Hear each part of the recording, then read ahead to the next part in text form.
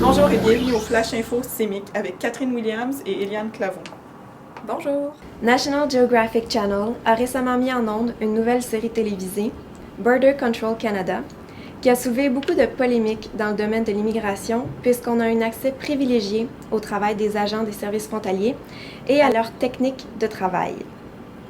Cette série fait prendre conscience de l'autorité des agents des services frontaliers. N'entre pas qui veut au Canada. Donc, ce qu'il faut retenir, il faut être prudent, bien préparé, et sachez que les agents des services frontaliers vont parfois même jusqu'à vérifier les courriels et les textos des arrivants au Canada lorsqu'ils ont des doutes. De tristes histoires d'hommes et de femmes dont l'admissibilité à une demande de parrainage a été rejetée sont récemment parues dans les médias. Les agents de Citoyenneté et Immigration Canada ont jugé que leur relation n'était pas authentique. L'amour véritable est impossible à prouver, mais il existe des critères très précis sur lesquels les agents de CIC se basent pour évaluer l'authenticité d'une relation qu'ils ne sont qu'en mesure d'étudier sur papier. Afin de faire face à la fraude et aux relations de plaisance, le Canada a emboîté le pas de plusieurs pays occidentaux avec l'instauration de la résidence permanente conditionnelle pour les personnes parrainées qui ne sont pas mariées ou en relation de conjoint de fait depuis au moins 2 ans ou qui n'ont pas d'enfants en commun. Cette nouvelle mesure en aval s'ajoute à l'augmentation de visites surprises d'agents de CIC chez les demandeurs afin de déjouer les relations frauduleuses. Pour plus d'informations, allez visiter cic.gc.ca.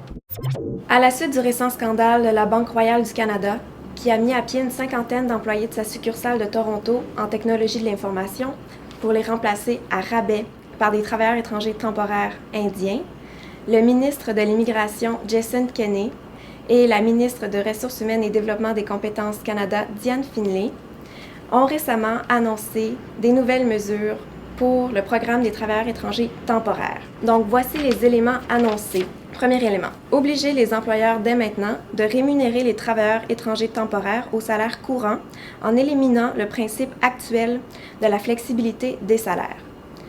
Au Québec, c'est l'information sur le marché du travail québécois qui est utilisée pour l'analyse des salaires. Cette mesure n'a donc aucun impact sur la façon dont les salaires sont analysés présentement au Québec. Il n'y a donc aucun changement. Second élément, suspendre temporairement, dès maintenant, le processus d'avis relatif au marché du travail accéléré. Encore, au Québec, le processus d'avis relatif au marché du travail accéléré n'est pas en vigueur. Au Québec, c'est le traitement simplifié. Et pour l'instant, il n'y a eu aucun changement qui est à venir au niveau du processus de traitement simplifié des demandes d'avis relatifs sur le marché du travail. Troisième élément, accroître le pouvoir du gouvernement de suspendre et de révoquer des permis de travail et des avis relatifs sur le marché du travail si le programme est mal utilisé. Donc, ce point n'a rien de nouveau dans la mesure qu'en avril 2011, avec le resserrement des règles pour ce même programme, le pouvoir du gouvernement de suspendre et de révoquer des permis de travail et des AMT était déjà en vigueur. Donc, il n'y a pas nécessairement de changements, de réels changements qui sont annoncés. Quatrième élément, ajouter des questions aux demandes d'AMT des employeurs afin de s'assurer qu'ils ne servent pas à faciliter l'impartition des emplois des Canadiens. Ce que ça signifie, c'est que les employeurs devront vérifier sur le site web de Service Canada, sur le programme des travailleurs étrangers, des nouveaux formulaires qui seront mis à jour très bientôt. Cinquième élément, voir à ce que les employeurs qui comptent sur des travailleurs étrangers temporaires se dotent d'un plan ferme pour passer tôt ou tard à un effectif canadien dans le cadre d'un processus d'AMT. Encore, au Québec, ce que ça signifie pour les employeurs, c'est que lorsque vous allez faire vos demandes d'avis relatifs sur le marché du travail, vous devrez annexer un plan de formation interne afin de démontrer à Service Canada comment vous allez pouvoir ramener votre effectif à des travailleurs canadiens. Instaurer des frais de traitement des AMT pour les employeurs et augmenter les frais des permis de travail pour que les contribuables n'aient plus à absorber ces coûts.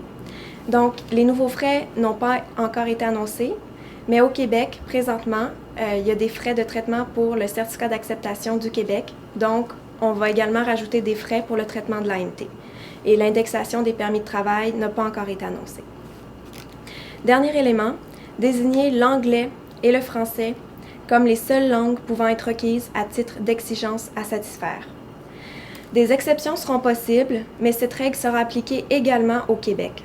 Donc, lors de l'affichage sur le site d'Emploi Québec, celui-ci incite déjà fortement les employeurs québécois à utiliser le français comme langue de travail unique pour valider l'annonce.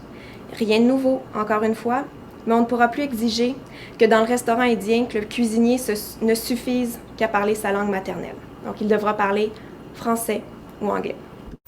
La prochaine mission de recrutement, organisée par le ministère de l'Immigration et des Communautés culturelles du Québec, se tiendra du 5 au 12 juin prochain à Paris et Bruxelles. Il s'agit d'une excellente occasion pour les entreprises québécoises faisant face à une pénurie de main-d'œuvre spécialisée de combler leurs besoins par l'embauche de travailleurs étrangers. Bien que les offres d'emploi soient préapprouvées par le ministère avant la mission, la vigilance est de mise. En effet, même si les descriptifs de postes et les conditions d'embauche sont conformes aux critères au moment de la préapprobation, une analyse sera aussi effectuée au moment du dépôt de la demande. Il faudra encore s'assurer que la demande répond aux normes en vigueur applicables au Québec, qui peuvent avoir changé durant les semaines écoulées entre la préapprobation et le dépôt de la demande.